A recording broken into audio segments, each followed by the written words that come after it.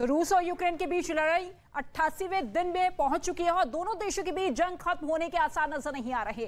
कई शहर ऐसे हैं जहां पर इस वक्त दोनों देशों की सेना के बीच में भीषण जंग चल रही है। मैप के जरिए आपको बताते हैं कि कौन कौन से ऐसे शहर हैं जहां पर इस वक्त सबसे ज्यादा ताबड़तोड़ हमले हो रहे हैं। लुहांस्क के 2 इलाके ऐसे हैं जहां पर कब्जे के लिए एक तरीके से नई लड़ाई यहां पर रूस की सेना छेड़ती हुई नजर आ रही है। इसके साथ ही आपको बता दें खार्किव, जहां पर शुरुआती दौर से रूस की सेना हावी दिख रही थी, हालांकि कब्जा तो नहीं हो पाया, लेकिन एक बार फिर से नए इरादे के साथ रूस की सेना यहां पर हमले तेज करती हुई नजर आ रही है। इसके साथ ही इज्यूम, रुबीजने, लुहांस्क, डोनेस्क, जहां पर दोनों देशों की सेना आमने सामने है, खतरनाक हथियारों के साथ साथ हाइपरसोनिक मिसाइलों का इस्तेमाल किया जा रहा है। और इसके साथ ही मारिउपोल, जहां पर रूस की सेना यह दावा कर रही है कि बहुत सा बड़ा एरिया जो है हमने कब्जे में ले लिया है, लेकिन यहां पर भी इस वक्त यूक्रेन की सेना पलटवार करती हुई नजर आ रही है। तो ये ऐसे शहर है जहां पर रूस की सेना की नजर तो है, लेकिन पलटवार यूक्रेन की सेना करती हुई नजर आ रही है, क्योंकि ये इलाके सीधे तौर पर बॉर्डर से सटे हुए हैं। और ऐसे में शुरुआती दौर से पूरी की पूरी नजर पुतिन की इन्हीं शहरों पर थी कि यहां पर अपने देश का झंडा फहरा दिया जाए, लेकिन जवाबी कार्रवाई,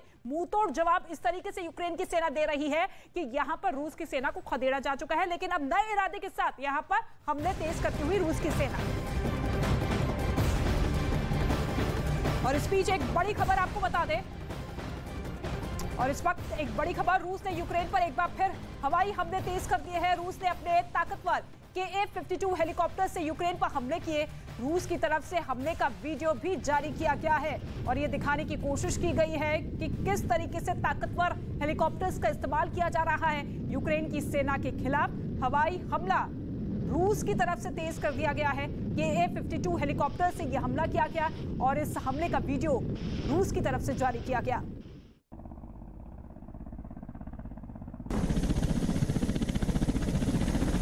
KA-52 हेलीकॉप्टर्स का इस्तेमाल करती हुई रूस की सेना और लगातार बड़े बड़े हथियारों के साथ हमले तेज कर दिए गए हैं। प्रचंड जंग दोनों देशों की सेना के बीच में जारी है और एक बार फिर से अब रूस की सेना उन शहरों को टारगेट करती हुई जहां पर कब्जा तो नहीं हो पाया था, लेकिन ज्यादातर इलाकों पर उनकी सेना पांव पसार चुकी है और ऐसे में उन इलाकों पर जवाबी कार्रवाई यूक्रेन की सेना, लेकिन इस वीडियो के जरिए ये बड़ा संदेश देने की कोशिश रूस की सेना देती हुई नजर आ रही है कि किस तरीके से हेलीकॉप्टर्स के जरिए, हथियारों के जरिए, टैंक के जरिए हमले अभी भी ताबड़तोड़ जारी है यूक्रेन की सेना के खिलाफ। KA-52 हेलीकॉप्टर से यह हमला किया गया है, जिसका वीडियो रूस की सेना ने जारी किया।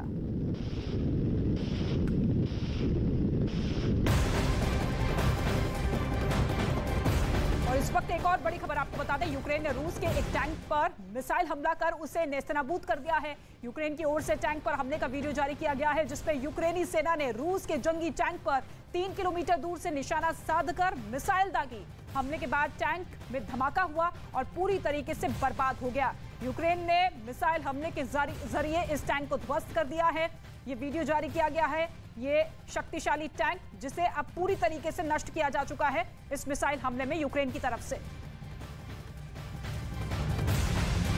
और जैसे जैसे युद्ध लंबा खिंचता जा रहा है, वैसे वैसे रूस का धैर्य जवाब देता हुआ दिखाई दे रहा है। महायुद्ध के 3 महीने पूरे होने जा रहे हैं और अब रूसी मीडिया अपनी ही सरकार से सवाल पूछ रही है। ऐसे में सवाल ये उठता है कि क्या यूक्रेन में फंस गई है रूस की सेना?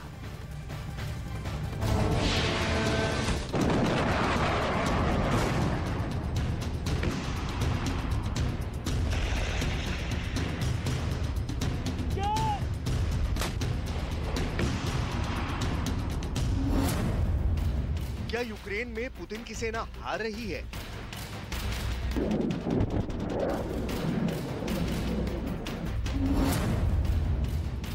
रूस का धैर्य टूट रहा, युद्ध लंबा खिंच रहा।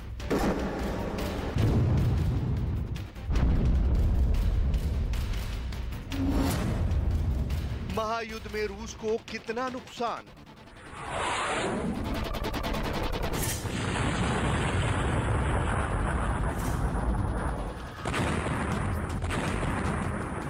रूस के जिस सरकारी चैनल पर पुतिन को हमेशा से समर्थन दिया गया, यूक्रेन पर पुतिन की कार्रवाई का सपोर्ट किया गया, अब वही न्यूज चैनल पुतिन पर सवाल खड़े कर रहे हैं। यूक्रेन में रूसी सेना की हालत पर अपनी सरकार को घेर रहे हैं।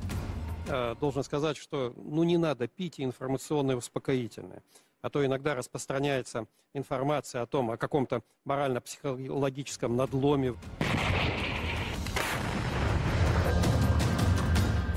यूक्रेन में इस वक्त जिस जंग को रूस ने छेड़ रखा है, उस जंग को अलग अलग तरह से कई मोर्चों पर लड़ा जा रहा है। एक तरफ ये जंग हथियारों की नुमाइश से चल रही है, दूसरी तरफ रूस के विरोधी कूटनीतिक जंग छेड़े हुए हैं। तो जंग का तीसरा मोर्चा है प्रोपेगेंडा वॉर। इस मामले में दोनों ही देश एक दूसरे पर ताबड़तोड़ हमले कर रहे हैं।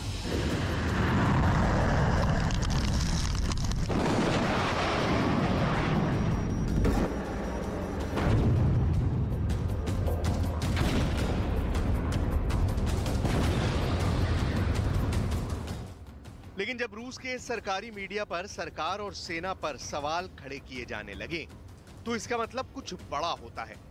यूक्रेन पर रूस के आक्रमण ने हजारों लोगों को मार डाला, लाखों लोगों को विस्थापित किया। यूक्रेन की सेना का दावा है कि रूस ने युद्ध में अब तक 28,000 सैनिक गंवाए हैं। रूस के 200 से ज्यादा फाइटर प्लेन गिराए गए हैं, 165 हेलीकॉप्टर बर्बाद हुए हैं, 1228 टैंक तबाह कर दिए गए, 13 जंगी बोट्स भी तबाह कर दिए गए।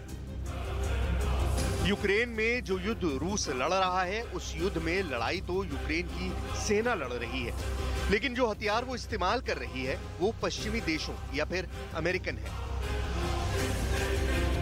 अमेरिका न सिर्फ यूक्रेन को डायरेक्ट हथियार दे रहा है, बल्कि अहम इनपुट भी वो यूक्रेन को दे रहा है। इन्हीं हथियारों का इस्तेमाल कर यूक्रेन की फौज पुतिन के नए नवेले टैंक को तबाह कर रही है।